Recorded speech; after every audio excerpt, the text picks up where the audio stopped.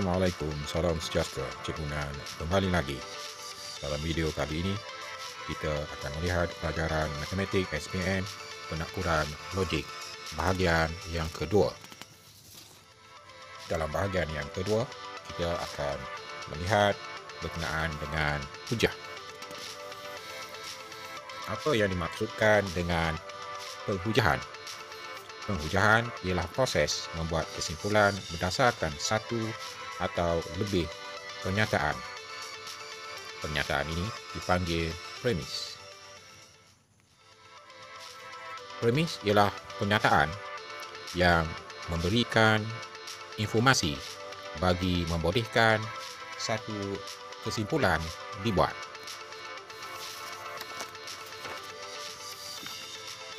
Pernyataan terbahagi kepada dua, iaitu pernyataan khas dan pernyataan umum. Pernyataan khas adalah ayat yang menunjukkan kes yang spesifik. Contohnya, jumlah sudut dalam satu segitiga ialah 180. Dalam pernyataan itu, dia merujuk kepada segitiga. Pernyataan umum pula melibatkan pernyataan ataupun ayat yang merujuk kepada kes yang umum ataupun kes am. Contohnya, poligon mempunyai sisi-sisi yang lurus. Dalam kes ini, pernyataan ini merujuk kepada poligon secara umum. Tidak kira sama ada segitiga, segi empat, pentagon dan seumpama dengannya.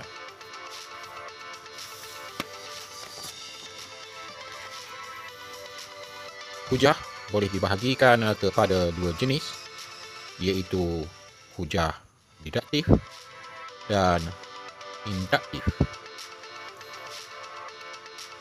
Tidak maknanya kita kecilkan. Jadi, dalam hujah deduktif, kita membuat kesimpulan yang khusus berdasarkan kepada premis yang umum. Sebaliknya, dalam hujah induktif, kita membuat kesimpulan umum berdasarkan premis yang khusus. Oleh itu, hujah deduktif, kesimpulan khusus dihasilkan daripada premis umum. Sementara hujah induktif pula, kesimpulan umum dibuat daripada premis ataupun premis yang khusus.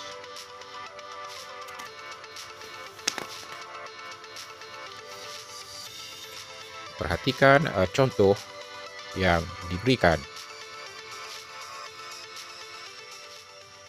Katakan premis yang pertama, semua segitiga bersudut tegak mempunyai satu sudut bernilai 90 darjah. Perhatikan bahawa pernyataan ini adalah pernyataan umum yang merujuk kepada semua segitiga yang bersudut tegak. Premis yang kedua, segitiga ABC mempunyai satu sudut bernilai 90 darjah. Dalam pernyataan ini, dia merujuk kepada segitiga ABC, iaitu kes yang spesifik. Oleh yang demikian, kita boleh membuat kesimpulan segitiga ABC adalah segitiga bersudut tegak. Berdasarkan kepada premis yang pertama, bahawa semua segitiga bersudut tegak mempunyai satu sudut bernilai 90 darjah. Jadi, daripada suatu kes yang umum, kita jadikan kesimpulan kes yang khusus. Ini dipanggil sebagai hujah deduktif. Perhatikan contoh yang kedua. Diberi susunan nombor 8, 23, 44, 71 dan seterusnya.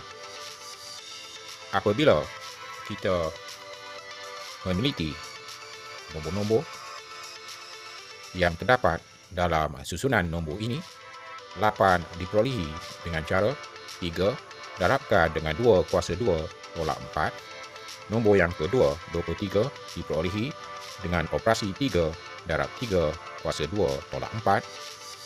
Nombor yang ketiga, 44, diperolehi dengan operasi 3 darab 4 kuasa 2 tolak 4. Sementara 71 diperolehi dengan operasi 3 darab 5 kuasa 2 tolak 4. Setiap satu, 8, 23, 44 dan 71 adalah merupakan kes-kes yang spesifik ataupun khusus. Daripada situ, kita boleh membuat kesimpulan bahawa untuk mendapatkan nombor-nombor dalam jujukan ini, kita boleh menggunakan formula 3n kuasa 2 tolak 4, di mana n sama dengan 2 untuk sebutan yang pertama, diikuti dengan 3, 4, 5 dan seterusnya. Dalam kes ini, kita menggunakan penyataan yang khusus untuk menghasilkan suatu kesimpulan yang umum. Hujah sebegini dipanggil sebagai hujah induktif.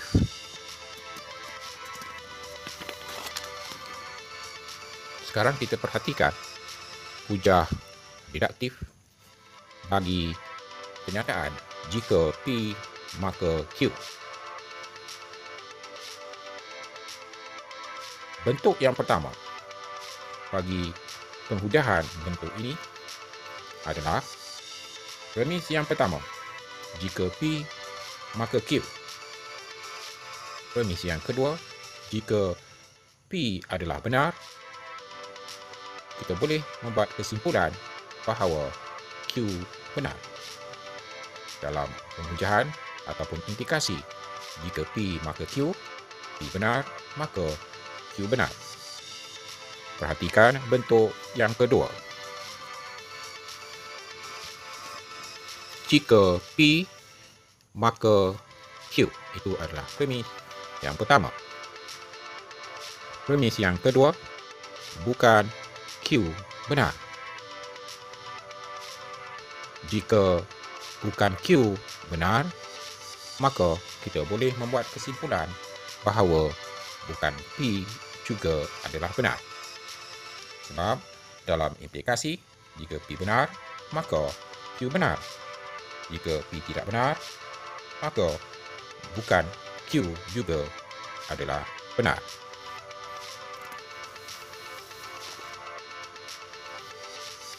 Sekarang perhatikan contoh penghujahan bentuk yang pertama. Premis yang pertama, jika Ahmad lapar, maka Ahmad makan. Premis yang kedua, Ahmad lapar. Jadi, kita boleh membuat kesimpulan Ahmad makan. Sebab kita tahu apabila Ahmad lapar, Ahmad makan. Perhatikan contoh bentuk yang kedua. Premis yang pertama masih sama. Jika Ahmad lapar, maka Ahmad makan. Premis yang kedua, Ahmad tidak makan. Dalam premis yang pertama, kita dapati Ahmad makan apabila dia lapar. Jadi dalam premis yang kedua, kita dapati Ahmad tidak makan. Jadi kita boleh membuat kesimpulan bahawa Ahmad tidak lapar. Cukup dulu untuk kali ini. Cikgu harapkan para pelajar dapat faham berkenaan dengan penghujahan. Hingga bertemu lagi dalam video yang akan datang. Jangan takut, jalan terus.